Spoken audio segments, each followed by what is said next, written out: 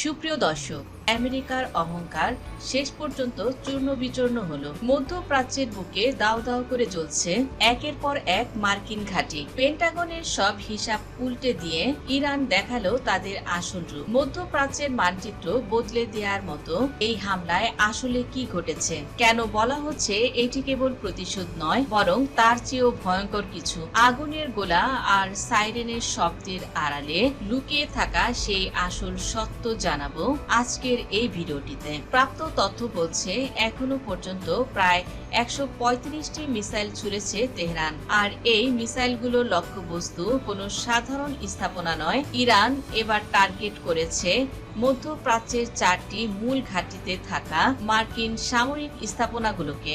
সবচেয়ে ভয়াবহ খবরটি এসেছে বাহরাইন থেকে। বাহরাইন হলো মধ্যপ্রাচ্যে আমেরিকার প্রধান কেন্দ্র। এখানে অবস্থিত মার্কিন পঞ্চম নৌবহরের সদর দপ্তর বা হেডকোয়ার্টার। এতদিন মনে করা হতো এই ঘাঁটিটি দুর্ভেদ্য, কিন্তু ইরানি মিসাইল সেই ধারণা ভেঙে চুরমার করে দিয়েছে। হামলার পরপরই মানামার আকাশে দেখা গেছে কালো ধোঁয়ার কুণ্ডলী। রাজধানীর মানামায় বিকট শব্দের বিস্ফোরণের পর ধোঁয়াও উপরের দিকে উঠে যাচ্ছে।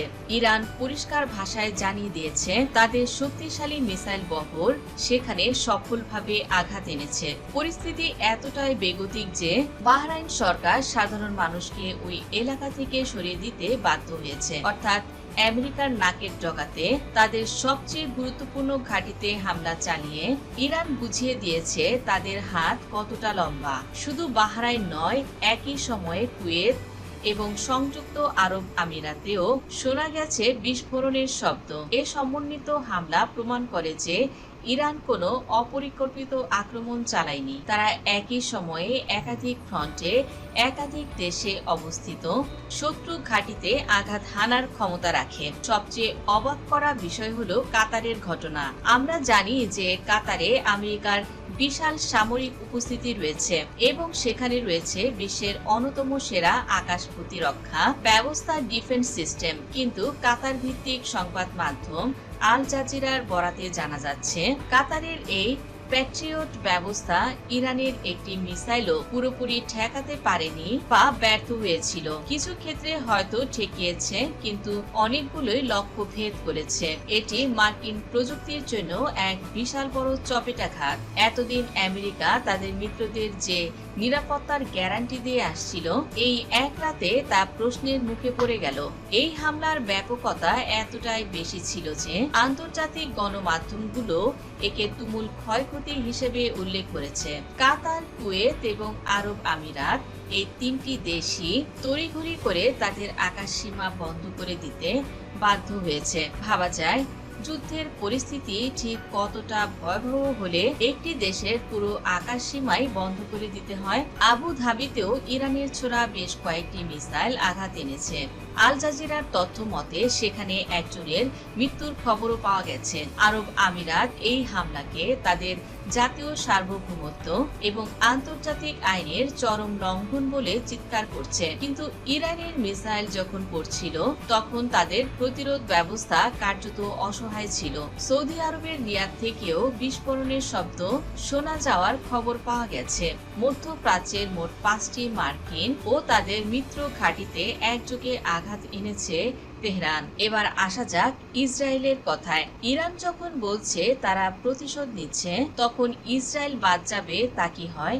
শনিবার সকালে ইরানে ইসরায়েলের আঘাতের পর ইরান জবাব দিতে 1 ঘন্টাও সময় নেয়নি। শত্রুর আগ্রাসনের জবাবে অধিকৃত ভূখণ্ড তথা ইসরায়েলের দিকে প্রথম দফায় মিসাইল এবং ড্রোন হামলা শুরু করে তেহরান। প্রথম দফাতে ইসরায়েলের আকাশ সীমায় অন্তত 35টি ব্যালিস্টিক মিসাইল ছুড়েছে ইরান।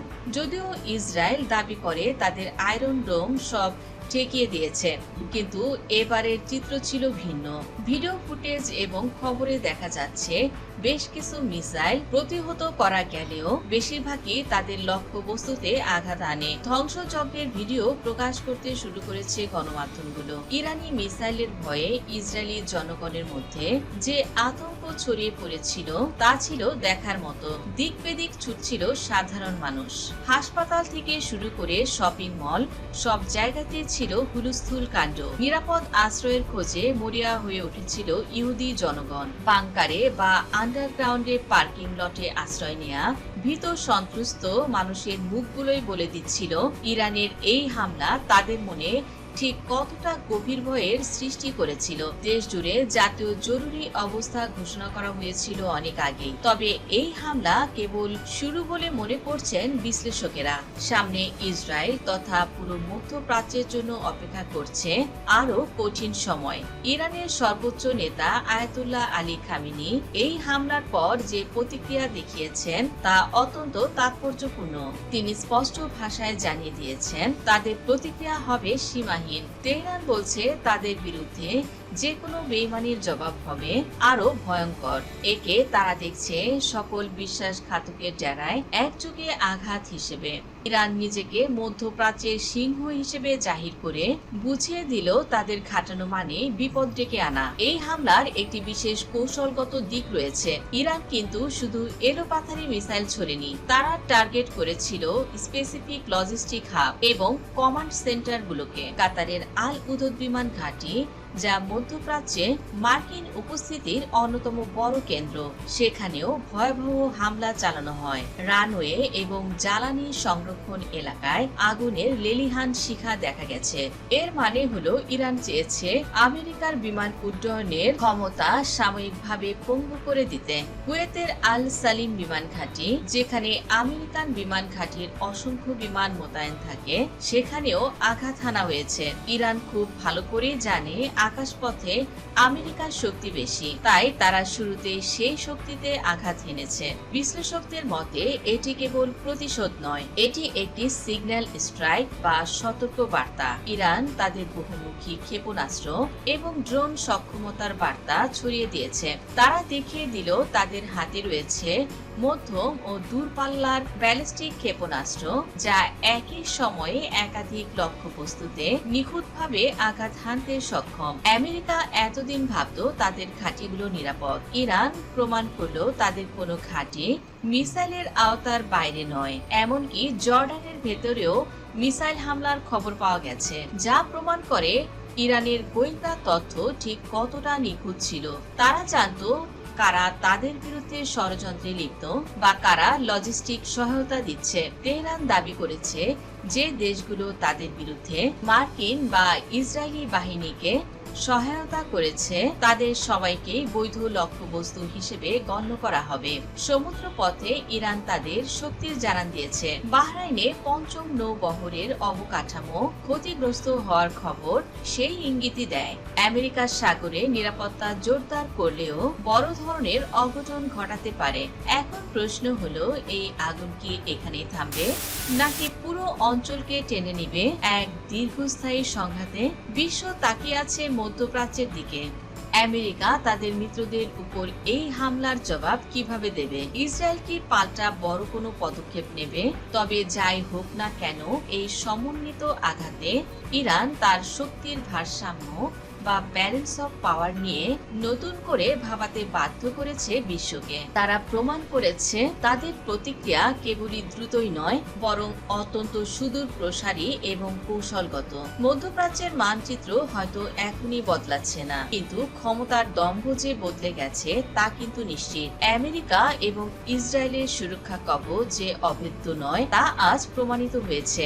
আর এই নতুন সমীকরণে ইরান যে চালকের আসনে বসার চেষ্টা করছে তা কিন্তু অস্বীকার করার কোনোই উপায় নেই। তো দর্শক বন্ধুরা, ইরানের এই সামরিক শক্তি প্রদর্শন কি মধ্যপ্রাচ্যে মার্কিন আধিপত্যের কফিনে শেষ পেরেক ঠুকে দিল, নাকি এটি নতুন কোনো মহাযুদ্ধের শুরু? আপনারা কি মনে করছেন? আপনাদের সুচিন্তিত মতামত আমাদের কমেন্ট বক্সে জানাতে ভুলবেন না। ভিডিওটি ভালো লাগলে লাইক দিন এবং বন্ধুদের সাথে শেয়ার করুন। এই ছিল আমাদের আজকের ভিডিও। দেখা হবে পরবর্তী ভিডিওতে। সে পর্যন্ত সুস্থ থাকুন, নিরাপদে থাকুন এবং এমন ইনফরমেটিভ ভিডিও পেতে সাবস্ক্রাইব করুন রিপোর্টার জেসিকা। ধন্যবাদ দর্শক সম্পূর্ণ ভিডিওটি দেখার জন্য।